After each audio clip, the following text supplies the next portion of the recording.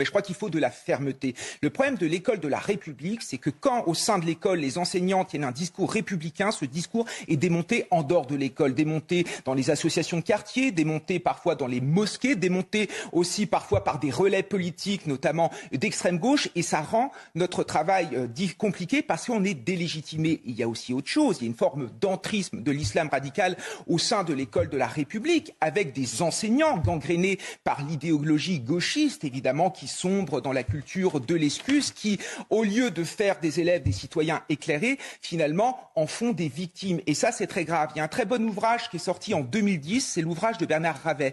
Bernard Ravet, c'était un principal de collège qui a notamment dirigé un collège dans une banlieue compliquée de Marseille, qui disait qu'un matin, il est arrivé dans son collège et il y a un élève qui lui disait « c'est normal de couper la main des voleurs, c'est normal de ne pas serrer la main aux femmes ». Et le principal s'est dit mais qu'est-ce qui se passe? Pourquoi cet individu, cet élève tient ce discours?